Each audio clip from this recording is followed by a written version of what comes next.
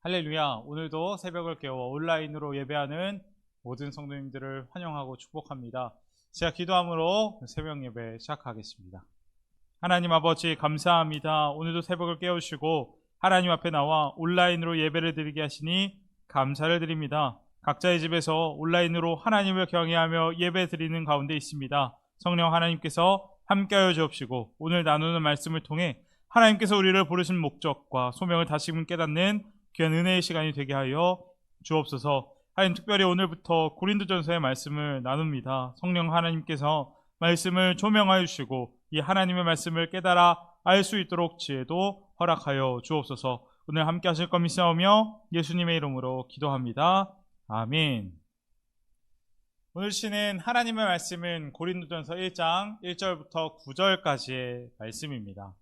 하나님의 뜻을 따라 그리스도 예수의 사도로 부르심을 받은 바울과 형제 소스데네는 고린도에 있는 하나님의 교회 곧 그리스도 예수 안에서 거룩하여 주고 성도라 부르심을 받은 자들과 또 각 처에서 우리 주 곧 그들과 우리의 주 되신 예수 그리스도의 이름을 부르는 모든 자들에게 하나님 우리 아버지와 주 예수 그리스도로부터 은혜와 평강이 있기를 원하노라.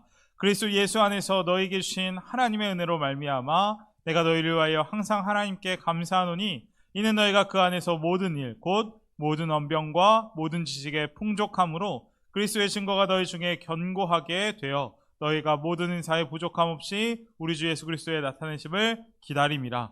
주께서 너희를 우리 주 예수 그리스도의 날에 책망할 것 없는 자로 끝까지 견고하게 하시리라. 너희를 불러 그의 아들 예수 그리스도 우리 주와 더불어 교제하게 하시는 하나님은 이쁘시도다. 아멘. 오늘부터는 고린도전서의 말씀을 보며 함께 은혜를 나누겠습니다. 지금 현재 한국교회는 안타까운 현실에 처해 있습니다. 1년 전 목회데이터 연구소 조사에 따르면 한국교회의 신뢰도는 20% 정도밖에 되지 않는다고 합니다. 다시 말하면 우리 한국 국민의 80% 정도가 더 이상 교회를 신뢰하지 않는다라고 말하고 있는 것입니다.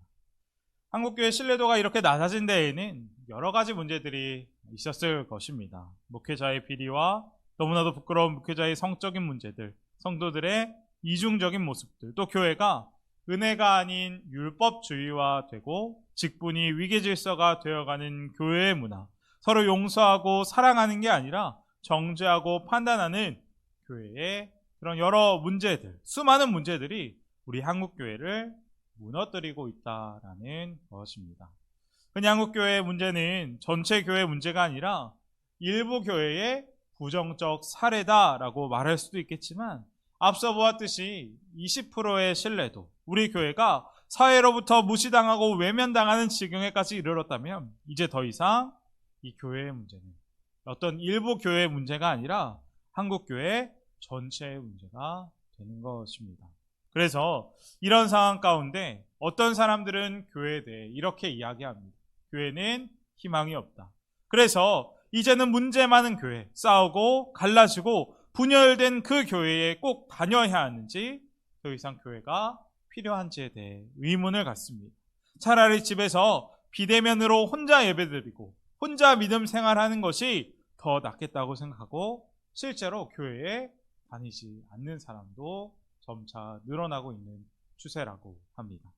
그러나 사도 바울은 우리가 앞으로 보게 될 고린도전서의 말씀을 통해서 우리에게 분명하게 말씀합니다. 왜 교회가 이 땅의 희망인지, 우리가 왜 교회를 다녀야 하는지, 교회의 주인은 누구인지 분명하게 우리에게 말씀해주고 있습니다. 그래서 오늘부터 고린도전서의 말씀을 읽고 은혜를 나누면서 하나님께서 우리 교회 공동체가 어떻게 하면 더 하나 될 수 있고 주님의 은혜 가운데 거할 수 있는지 함께 나누어 보려고 합니다. 자, 우리가 알듯이 고린도전서는 사도 바울이 고린도 교회를 위해 쓴 편지가 성경 말씀이 된 것입니다. 고린도 교회는 바울이 2차 전도 여행 때 고린도 도시에 머물면서 복음을 전하고 전도하며 세운 교회입니다. 바울이 개척한 교회인 것입니다. 우리 사진 한번 보겠습니다. 이 사진을 보게 되면 고린도는 그리스도의 한 도시로 그리스 아테네로부터 조금 떨어져 있는 곳에 위치해 있는 것을 보게 됩니다.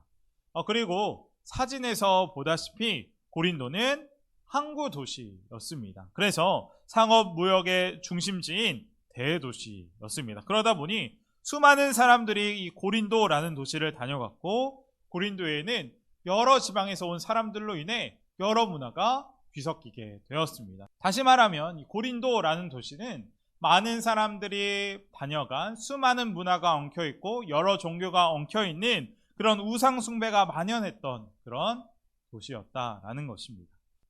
특별히 고린도에는 우상을 위한 여러 신전들이 있었는데, 그 신전에서는 여자들이 그 신전에 드리는 제사를 도왔다라고 알려져 옵니다. 신전에 드리는 제사 이식 중 하나가 음녀들과의 성관계로 맺는 의식이 있었다라는 것입니다. 그래서 바울 당시 어떤 사람이 고린도 도시로 이사를 가서 고린도인이 되었다라는 뜻은 어떤 의미가 담겨 있었냐면, 그 사람은 이제 성적으로 부도덕한 사람이 되었다라는 의미를 가질 정도로 그렇게 우상숭배와 음란했던 도시가 고린도였다라는 것입니다. 그리고 이런 상황 가운데 안타깝게도 고린도 교회도 음란한 도시의 영향을 받지 않을 수가 없었습니다.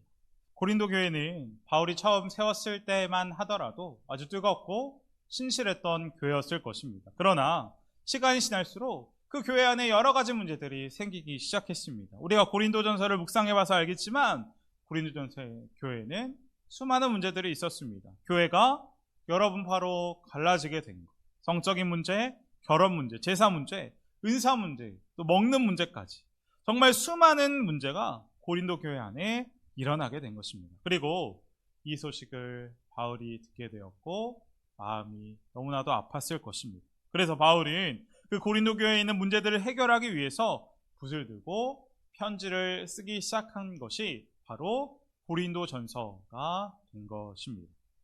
그런데 제가 오늘 말씀을 묵상하며 저에게 큰 은혜가 되는 것이 있었습니다. 그것은 무엇이냐면, 바울은 그 고린도 교회 안에 일어났던 여러 문제들 가운데서도 전혀 낙심하지 않았다라는 것입니다. 앞서 말했듯이 고린도 교회에는 정말 많은 문제들이 있었습니다. 정말 해결되지 않을 것 같은 문제들, 이 문제만큼은 절대로 넘을 수 없을 것 같은 큰 문제들이 만연해 있었습니다. 그리고 심지어 고린도 교회에는 그 문제를 해결할 만한 능력이 아무것도 없어 보입니다. 고린도 교회에는 신학을 전공한 목회자도 없었고, 교회가 생긴 지 얼마 되지 않아 전통도 없었습니다. 심지어 초대교회 당시 성경책도 없어서 무엇이 하나님의 뜻인지 확인할 길도 없었습니다. 절망에 가까운 상황이 바로 고린도 교회의 상황이었던 것입니다. 그러나 사도 바울은 그 문제들을 보며 절대로 낙심하지 않았습니다. 오히려 그 고린도 교회에 있는 수많은 문제들이 해결될 것이라는 믿음이 있었습니다. 그래서 붓을 들고 고린도 교회에 편지를 보낸 것 아니겠습니까? 그렇다면 도대체 무엇이 바울로 하여금 그렇게 수많은 문제에도 낙심하지 않을 수 있게 만들었던 것입니까? 그것은 바로 예수 그리스도이십니다. 수많은 문제가 있어도, 절대 해결할 수 없을 것 같은 문제가 있어도 바울은 고린도 교회에 예수님이 함께 계시니 그 문제를 반드시 해결할 수 있을 것이라고 믿었던 것입니다. 그래서 오늘 본문 말씀을 보면 1절부터 9절까지의 짧은 그 구절 속에 예수님에 대한 언급이 몇 번이나 나오는지 아십니까? 무려 11번이나 나오는 것을 우리가 볼 수가 있습니다. 특별히 바울은 처음 시작부터 주님으로 시작합니다. 1절 말씀에 바울 자신은 하나님의 뜻을 따라 그리스도 예수의 부르심을 받았다고 했습니다. 또 바울은 3절 말씀에 항상 예수님으로부터 어떤 세상의 물질이나 어떤 세상의 권력에서 평화와 만족을 얻은 것이 아니라 오직 예수님으로부터 은혜와 평강을 얻었다고 고백합니다. 그리고 뿐만 아니라 7절 말씀을 보면 너희가 모든 은사에 부족함 없이 우리 주 예수 그리스도의 나타내심을 기다림이라. 아멘. 바울은 날마다 그 다시 오실 주님을 기다리고 사모했다라고 말하고 있습니다. 다시 말해 바울은 시작도 주님이셨고 그가 사는 것도 주님이었고 마지막에 바라보는 것도 오직 주님이었다라는 것입니다. 그리고 주님이 함께한다면 바울에게 문제는 더 이상 문제가 아니라고 믿었던 것입니다. 그리고 이 믿음이 정말 우리에게 필요할 줄 믿습니다. 얼마 전 유튜브에서 교회에 관련된 한 영상을 보게 되었는데 그 영상에서 교회를 떠난 한 청년의 인터뷰를 보게 되었습니다. 그 청년은 교회의 많은 문제들 때문에 교회를 떠났다라고 했습니다. 서로 비판하고 정죄해서 상처를 받고 권위주의적인 교회가 싫어서 더 이상 교회를 다니지 않기로 마음을 먹었던 것입니다. 그런데 그 청년이 고백하기를 교회를 떠나면 기쁘고 홀가분할 줄 알았는데 막상 교회를 떠나니까 오히려 그 청년의 믿음이 더욱더 약해지더랍니다. 신앙의 근본마저 흔들렸다라고 고백했습니다. 그리고 이런 상황 가운데 그 청년은 교회를 우리에게 주신 하나님의 마음이 깨달아졌다라고 고백했습니다. 우리는 신앙생활을 할 때 나랑 생각이 잘 통하고 나랑 잘 맞는 사람이나 환경을 만나야 우리의 신앙이 잘 성장할 것이라고 생각합니다. 그러나 이 생각은 잘못된 생각입니다. 분명 우리의 믿음을 성장시키는 것은 나와 잘 맞는 사람, 정말 막힘없이 술술 풀리는 그런 상황들이 아닙니다. 오히려 나랑 맞지 않는 그것들이 우리의 신앙을 성장시킵니다. 하나님은 나와 맞지 않는 그 사람을 통해서 또 어려운 상황, 힘든 문제들을 통해서 우리를 깎아 나가시는 것입니다. 나에게 부족한 것들, 내게 있는 모난 부분들, 하나님은 하나님 앞에서 이미 다 깎여져야 되는 것들을 나와 맞지 않는 사람, 환경과 부딪히게 하시면서 우리를 깎아 나가신다는 것입니다. 그리고 이 믿음이 생기니까 이 청년은 확실히 알았다라고 합니다. 하나님께서 교회를 통해 나에게 없어서는 안 될 가장 중요한 사람들을 붙여주셨구나. 오직 교회를 통해서만 나의 믿음이 성장할 수 있구나라는 것을 알게 하셨다라는 것입니다. 그리고 이 믿음이 생기니까 이제 교회가 완전히 달라 보이기 시작했다라고 했습니다. 교회 교인들이 다 한 가족이라는 것을 알게 된 것입니다. 분명 가족은 함께 품고 마음에 드나 들지 않으나 기다리고 용서하고 기도하고 사랑하며 함께 살아가는 것이 바로 가족 아니겠습니까? 불완전한 사람끼리 모인 교회지만 그곳에 주님이 함께 하심으로 서로 용서해주고 사랑하며 채워주며 기도해줄 수 있는 천국과도 같은 공동체가 교회라는 사실을 깨닫게 된 것입니다. 그렇습니다. 우리 교회의 주인은 사람이 아닙니다. 우리 교회의 주인은 하나님입니다. 나와 맞지 않는 그 사람도 하나님께서 붙여주신 한 가족이라는 것입니다. 그래서 오늘 본문의 사도 바울은 그 문제 많은 고린도 교회를 뭐라고 부르고 있습니까? 2절 말씀에 하나님의 교회라고 말하고 있습니다. 또 그 문제 많은 고린도 교인들을 향하여서 다음과 같이 말씀합니다. 그리스도 예수 안에서 거룩하여지고 성도로 부르심을 받은 사람들. 아멘. 사도 바울이 그 문제 많던 고린도 교회를 하나님의 교회라고 분명하게 말할 수 있었던 이유는 교회 안에 있는 그 문제들만을 보지 않았다라는 것입니다. 문제 많은 고린도 교회와 교인들 안에도 함께 하시며 역사하시는 주님을 보았기 때문에 분명 바울은 그렇게 고백할 수 있었던 것입니다. 분명 하나님은 결코 교회를 포기하는 분이 아니십니다. 그래서 2000년의 역사를 보면 교회에 큰 어려움도 있었고 교회가 잘못한 것도 정말 많이 있지만 그래도 하나님은 지금까지 주님을 몸는 교회를 포기하지 않고 이끌어 오셨습니다. 분명 주님은 이 교회를 위해 자기 자신을 내어주셨습니다. 우리 교회는 너무나도 문제가 많고 우리는 죄인이지만 그럼에도 하나님은 주님을 통해 그 주님의 사랑을 통해 우리 교회가 주님의 신부라는 것을 나타내 주신 것입니다. 그러므로 우리는 믿어야 됩니다. 주님이 교회를 반드시 새롭게 하실 것입니다. 반드시 거룩하게 만드실 것을 믿어야 한다는 것입니다. 8절 말씀입니다. 주께서 너희를 우리 주 예수 그리스도 날에 책망할 것 없는 자로 끝까지 견고하게 하시리라. 아멘. 바울은 문제 많은 고린도 교회를 보며 확신한 것입니다. 고린도 교회 교인들이 주님 다시 오시는 그 마지막 날 거룩한 사람으로 세워질 것을 확신하고 있는 것입니다. 바울은 어떻게 그렇게 확신할 수 있었습니까? 변함없으시고 영원하신 그 주님이 우리를 견고하게 세워주실 것을 믿었기 때문에 그렇게 확신할 수 있었던 것입니다. 얼마 전 제가 한 청년을 만나게 되었습니다. 그 청년과 이런저런 이야기를 하는 가운데 그 청년이 교회에 대한 걱정을 하기 시작했습니다. 교회 청년들이 점점 떠나가고 있고 미래가 어떻게 될지 또 교회에 대한 어려운 상황들을 토로하기 시작했습니다. 부정적인 이야기를 계속 하는 것입니다. 그런데 그 청년 하나만 알고 둘은 모릅니다. 지금 한국교회 어려운 것 같고 힘들어 보여도 오늘 새벽 말씀을 듣고 모여 서로 기도하는 사람들이 있다는 것을 모르는 것입니다. 지금도 은혜 받는 사람들이 있고 거듭난 사람들이 있습니다. 그리고 이것이 바로 주님이 우리와 함께 한다는 증거가 아니겠습니까? 우리가 문제만 바라보고 어려운 상황만 바라보는 것이 아니라 그 상황 너머에 계신 주님을 바라보기 원합니다. 분명 주님이 하실 것입니다. 말씀을 마칠 텐데 이 고린도 교회, 문제 많던 고린도 교회는 결국 어떻게 되었을까요? 주님께서 문제를 해결해 주실 것을 믿었던 그 바울의 믿음처럼 고린도 교회는 회개하고 깨끗한 교회가 된 것을 역사적으로 우리는 볼 수가 있습니다. 그리고 그것이 고린도 후서 말씀에 잘 나타나 있는데 고린도 후서 7장 9절의 말씀을 보면 바울은 그 고린도 교회에 대해 다음과 같이 말씀합니다. 지금은 기뻐합니다. 그것은 여러분이 아픔을 당했기 때문이 아니라 아픔을 당함으로써 회개에 이르게 되었기 때문입니다. 여러분이 하나님의 뜻에 맞게 아파하였으니 결국 여러분은 우리로 말미암아 손해를 본 것은 없습니다. 아멘.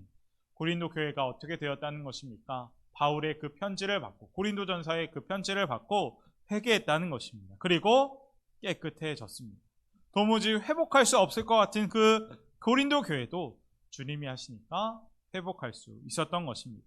그 문제 많은 고린도 교회도 거듭나고 회복했다면 우리가 속해 있는 어떤 공동체가 회복 안 될 수 있겠습니까?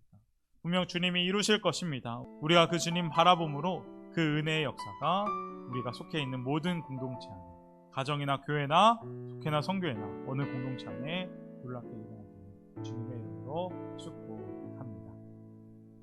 함께 기도하겠습니다. 첫 번째로 기도할 것은 오늘 주시는 말씀을 붙들고 함께 기도하기 원합니다. 분명 주님이 하십니다. 어려운 상황, 문제, 어려움 있습니까? 그러나 그 문제보다 훨씬 더 크신 그 하나님이 우리의 주님이십니다. 우리가 그 주님만 의지함으로 더 이상 문제만 보는 것이 아니라 주님의 역사를 기대하고 기도하고 소망하는 우리 모두가 되게 해달라고 함께 기도하겠습니다. 두 번째로 기도할 것은 우리 환우분들, 연로하신 성도님들 위해 기도하겠습니다. 성령 하나님께서 지켜주시고 함께하여 주셔서 속히 환우분들의 그 환부가 회복되는 역사가 있게 해달라고 기도하겠습니다. 또한 교회와 교회학교, 이제 선거가 얼마 남지 않았는데 우리 나라와 민족을 위해서도 함께 기도하겠습니다. 제가 기도함으로 모든 일을 마치겠습니다. 하나님 아버지 감사합니다. 오늘 말씀을 나누며 오직 주님만이 우리의 희망이 된다는 것을 보았습니다. 하나님, 바울은 분명 확신했습니다. 문제가 많고 절망적인 상황에 있는 고린도 교회도 회복되고 거듭나게 될 수 있다는 믿음이 있었습니다. 주님, 우리에게도 그 믿음이 있기를 원합니다. 우리 가족, 공동체, 교회 안에 문제, 어려움 있습니까? 더 이상 그 문제만 묵상하고 바라보는 것이 아니라 오직 주님만 바라보고 회개할 것은 회개하고 돌이킬 것은 돌이켜서 우리가 주님이 하신 역사를 바라볼 수 있는 우리 모두가 되게 하여 주옵소서. 하나님, 또한 기도할 것은 나라와 민족 위해 기도합니다. 이제 선거가 얼마 남지 않았는데 이 나라의 위정자들이 정신을 차려 하나님의 뜻에 맞게 우리나라를 잘 이끌어갈 수 있도록 함께 하여 주옵소서. 이 모든 말씀 예수님의 이름으로 간절히 기도합니다. 아멘.